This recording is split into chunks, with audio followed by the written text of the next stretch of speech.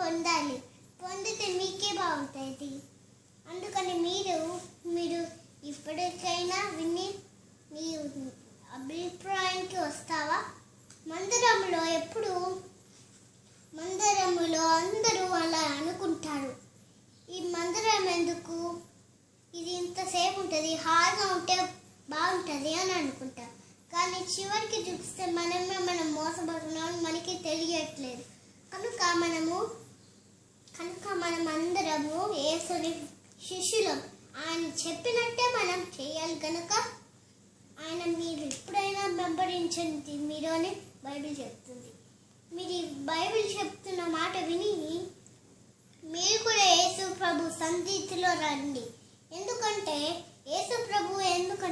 మనకి మంచి స్వస్థతని ఇచ్చాడు. అందుకని మీరు తప్పుగా అనుకోకుండా ప్రయత్నించండి. అందుకని మీరు రండి ఈ మందిరానికి. మీకు ఖచ్చితంగా ఆత్మ వచ్చింది. నీవు ఆత్మ యుద్ధాలు అని పాట కూడా ఉంది. ఆత్మలో ముంచబడు, రక్షణలో పొందుడు. అందుకని నీ మారు మనసు పొందు. మారు మనసు అంటే బాప్తిజం తీసుకోవడం, లేకపోతే యేసు మందిరానికి వచ్చి వాక్యమన్నా చదవడం, అలా ఏదో ఒకటి మారు మనసు పొందడం. ఎందుకంటే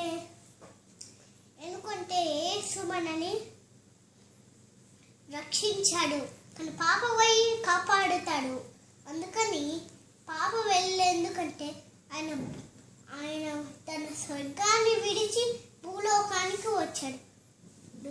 ఎందుకంటే మన పాపమని తెలిసి ఆయన ఈ లోకానికి వచ్చాడు.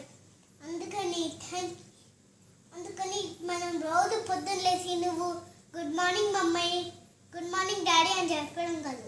నువ్వు ఫస్ట్ ప్రార్థన చేసినాక నీ ఇష్టం ఏదన్నా చేసుకో.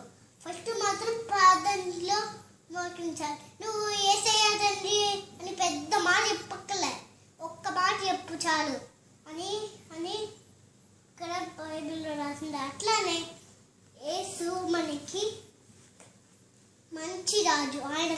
ఆయన రాజులకి రాజు, ఆయన డాక్టర్లకి డాక్టరు, ఆయన గొప్ప డాక్టర్. ఆయన ఎంత గొప్ప డాక్టర్ అంటే ఊహించలేము, అంత గొప్ప డాక్టర్.